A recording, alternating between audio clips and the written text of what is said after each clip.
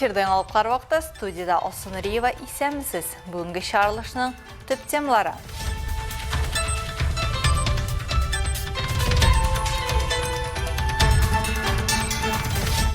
Мауықтырғыш іздәнілер һәм фәнни ярышлар. Әлмәттә еш геологларның Республика қыр олимпиадасы старт алды. Мен Дагестанда болғанда мен түрлі ташлар алып келдім. Сулак каньондан.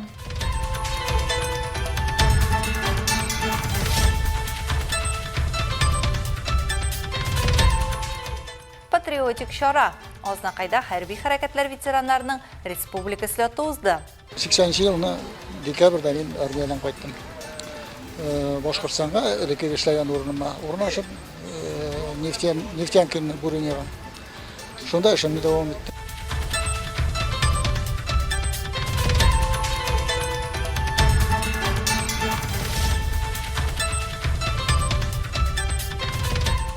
Күңелле яллар. Мәдәни мөхит проекты шәһәр халкы һәм кунакларын куандыруны дәвам итә. Конечно, рәхәт чыккан кис белән ял итәргә кирәкме? Бездән күрсә ул бу, нәдер. Бездән элек бер колхозы.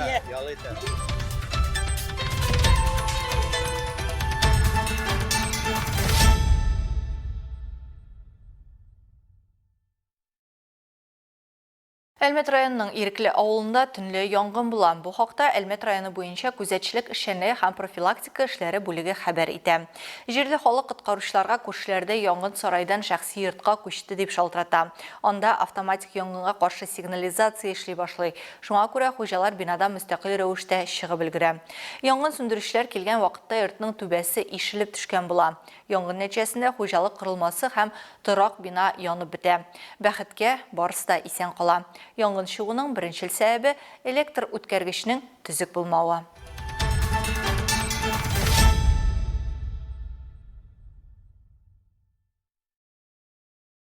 Әлмәттә Татнефть компаниясе һәм Татарстан Республикасы Мәгариф министрлыгы тарафыннан оештырылган яшь геологларның 11-нче Республика қыр олимпиадасы старт алды. Солнечный лагере бер атнага бөтен Россиядән һәм башка илләрдән килгән 312 укучы өчен мавыктыргыч эзләнүләр һәм фәнни ярышлар территориясенә әверелде. Ачылу тантанасында Татарстан рәисе Рөстәм Миңнеханов һәм Россия хөкүмәте рәисе урынбасары Александр Новик катнашты.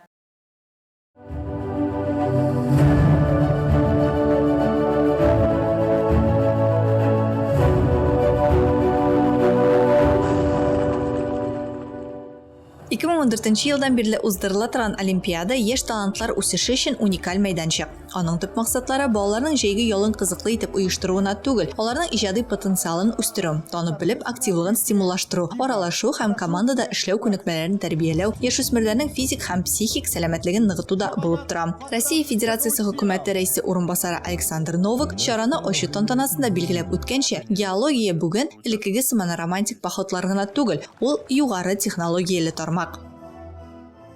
Геология, она вышла на какой-то современный такой уровень, который сегодня использует самые современные технологии. И 3D-моделирование, и использование цифровых технологий, больших баз данных, использование искусственного интеллекта. Это вот все то будущее, которое будет вами реализовываться. Быел Олимпиада катнашучылар саны буенча барлык рекордларны уза. 312 укучы һәм 78 укытучы, барлыгы 390 кеше үзенең тәҗрибәсе белән уртаклашырга һәм сәләтләрен күрсәтергә бер мәйданчыкка җыела. Берничә көн дәвамында яшь геологлар төрле ярышларда һәм гамәли биремнәрдә катнашып, кыр шартларында үзләренең белемнәрен һәм күнекмәләрен күрсәтәчәкләр. Үз чыгышында Татарстан рәисе Рөстәм Миңнеханов геологларның яңа буынын әзерләүнең мөһимлеген ассызыклады. Ваша профессия, она очень перспективна. Не зря мы обращаем внимание на поддержку школ, где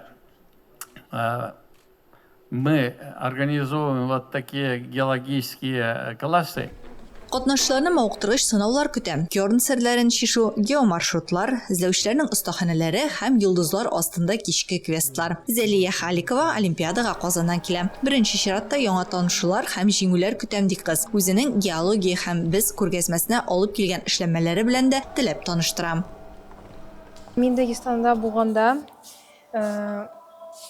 Мен түрлі ташлар алып келдім. Сулак каньондан. Алардан мен ең әйбәтләрне сайладым да монда алып келдім. Тагын мен бу поделканы эшләдем папье-маше техникасында. Элементlarda минераллар дип исемләнгән олимпиаданың чираттагы этабы уза. Катнашчылар башта тест эшләделәр, хәзер практик өлешкә күчтеләр. Аларга 6 тукым бирелгән. Аларның нинди икәннәрен ачыкларга туры киләчәк. Олимпиада 16 июльгә кадәр дәвам итәчәк. Республика олимпиадасында җиңүчеләр яшь геологларның 15-нче Бөтен Россия ачык кыр олимпиадасында катнашу өчен яшь геологлар җыелма команда составына керү хокукына ия булачаклар. Антка тугры, Азнакай районында шул исем астында хәрби хәрәкәтләр ветераннарының республика слеты булып узды. Ватанны саклаучылар елында үткәрелә торган патриотик чара авыр сынаулар аша үткән кешеләрне берләштерә, аларның батырлыгын һәм тугрылыгын билгели. Очрашуга республикабыздан гына түгел, Башкортстаннан, Самара һәм Пенза өлкәләреннән дә килүчеләр бар иде. 2 көн дәвамында Уразай авылы җирлегендә узган чараны безнең төшерү төркемендә күреп кайтты.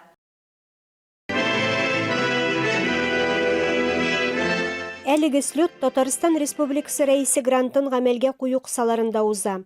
Идея авторы хәрби хәрәкәтләр ветераннарының Азнакай районы җирле иҗтимагый оешмасы рәисе Илсур Идиятов. Безнең моннан республикадан, районнардан, күрше республика Башкортстаннан, Оренбургская областьтан, аннан соң безнең бар Самарская область, бар Пермский край.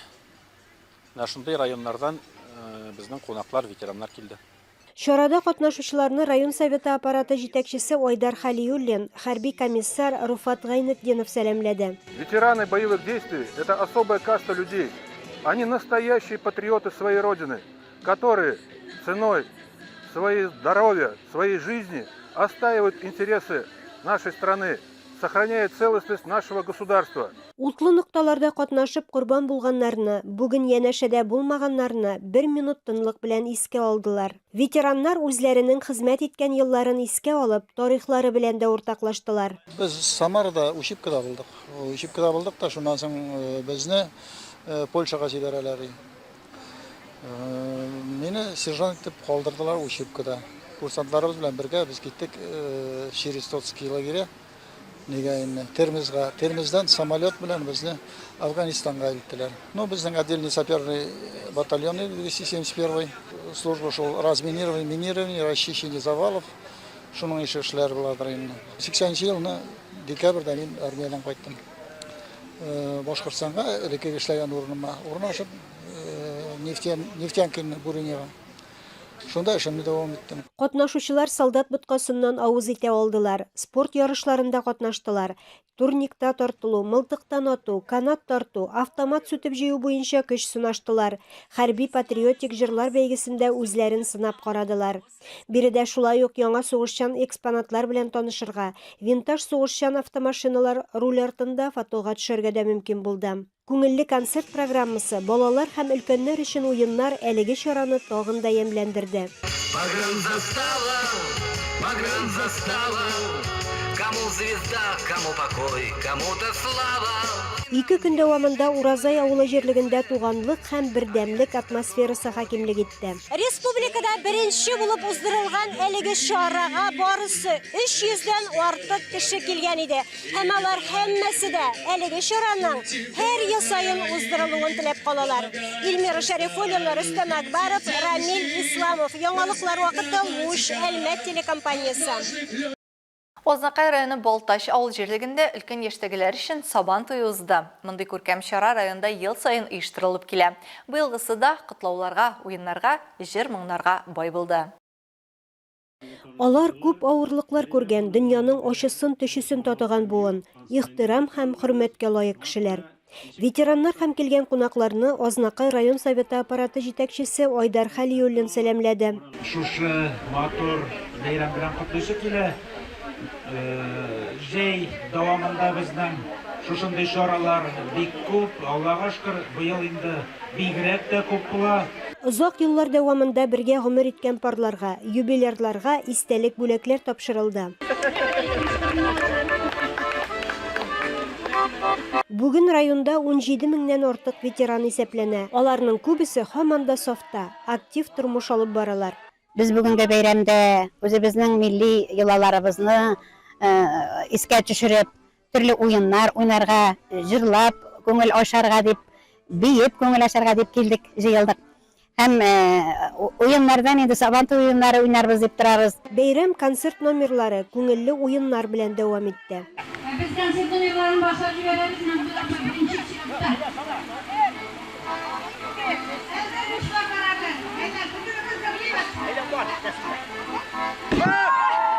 Илмира Шәрифуллина, Рөстәм Әкбаров, яңалыклар вакыты, Луч, Әлмәт телекомпаниясе.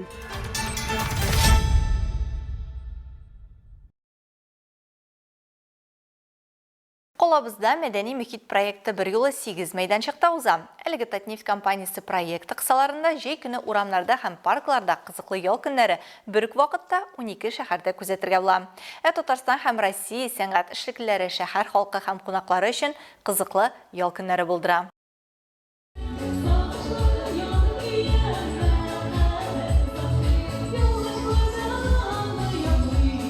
Мәдәни мөхит проекты кысаларында бүген шәһәр паркы сәхнәсендә Яңа Нәдер авылы үзешчәннәре концерт куя. Әлмәтләргә килгән кунакларга. Монда япь-яшь балалардан башлап өлкән апаларга кадәр җырлыйлар, бийләр, шулай итеп алар күтәренке кәеф тараталар.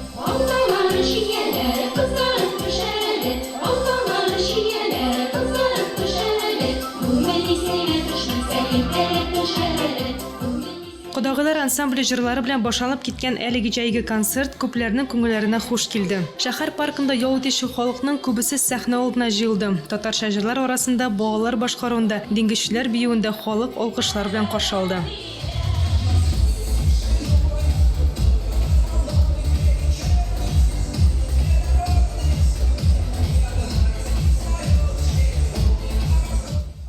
Калма Исмәгыйль кызы Галия Шәйхетдинова бүген тормыш иптәше Илдус белән әлеге чарада очраклы түгел. Сәхнәдәге Яңа Нәдер авылы үзешчәннәре аның күрше авыл кызлары.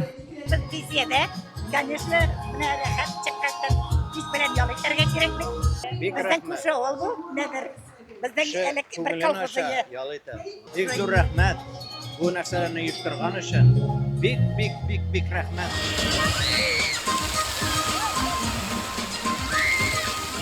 Шул ук вакытта фонтан алды мәйданчыгында Татнефть профсоюз компаниясе талантлар фестивале конкурсы лауреаты Рамил Шәфыйков үзенең популяр хитларын башкара иде. Җәйге ял итү атмосферасын тулыландырып, инде халык яратып өлгергән татар хитларын ул тере тавыш аша халыкка җиткерде. Анда катнашучыларның күбесе җырчының иҗаты белән таныш булып чыкты. Алар бергә аңа кушылып җырлады.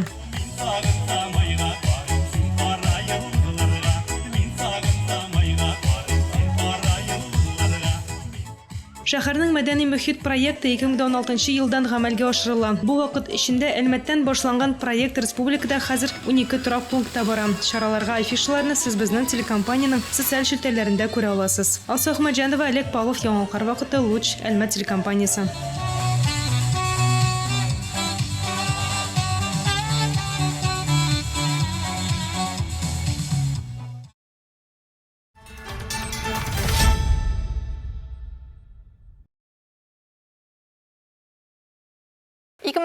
Елда бокс рәсми рәвештә Россия җирендә популярлашканга 130 ел тула. Шул уңайдан Әлмәт Геракл бокс клубында Әлмәт һәм Казан көрәшчеләре арасында матч узды. Бу турыда тулырак киләсе минутларда. Сегодня такой знаменитый день, 130 лет отечественного бокса России. 12 яшьтән 16 яшькә кадәр көрәшчеләр Әлмәт Геракл клубы рингында очраштылар. Бокс матчлары 3 раунд буенча үтте. Һәр раунд 2 минут дәвам итә. Раунд арасында 1 минут тәнәфес. Бу спорт төре үз-үзеңне тәртиптә тотарга, тырыш эшләргә һәм даими үсешне таләп итә, дип таный Казаннан килгән бокс буенча тренер Илнур Нуриев.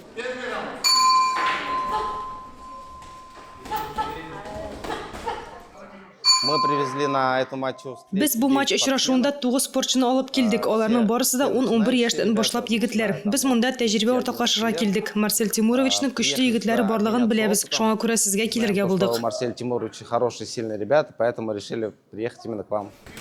Бүген Геракл бокс клубында 7 яшьтән 16 яшькә кадәр 200-дән артык бала шөгыльләнә. Тренер укытучы Марсель Газарян билгеләп үткәнчә, клубта тәрбияләнүчеләрнең һәрберсе авырлыкларга әзер булырга тиеш. Чөнки җиңел күнегүләр монда була алмый. Ләкин практика күрсәткәнчә, нәкъ менә шундый күнегүләр зур нәтиҗә һәм җиңү бирә. Ә Марсель Газарян үзе бокс клубына беренче тапкыр 55 ел элек килә. Ул вакытта аңа 7 яшь була. Ә бүген ул дистәләгән уңышлы шәхси матч нәтиҗәләре һәм укучыларының да дәрәҗәле уңышлары белән горурлана ала. Здесь у нас в боксе, во-первых, Монда без бокска йөрүче балаларның барысыннан да чемпион, олимпия чемпионы үстерергә тырышмыйбыз. Монда иң мөһиме характер, ихтыяр көче, җиңү теләге. Алар җиңүнең ничек бирелүен белергә тиеш. Шундый заманнарда яшибез. Балалар бокс мәктәбен үтәргә тиешләр. сила воли, желание побед, почувствовать, как это все победа дается. Поэтому для детей особенно, ну еще и понимаете, какие времена живем, дух, настроение, бойцовские ребята должны быть обязательно в порядке, проходить эту школу. Россиядә бокс спорт түрі буларак нигез салынуга 130 ел тулу уңаеннан оештырган уеннар көрәшчеләр өчен чираттагы чыныгу этабы булды. Уен нәтиҗәләре буенча Әлмәт шәһәре спортчылары беренче урынны яулаган. Алсу Ахмаджанова, Олег Павлов, Яңалкар вакыты, Луч, Әлмәт телекомпаниясе.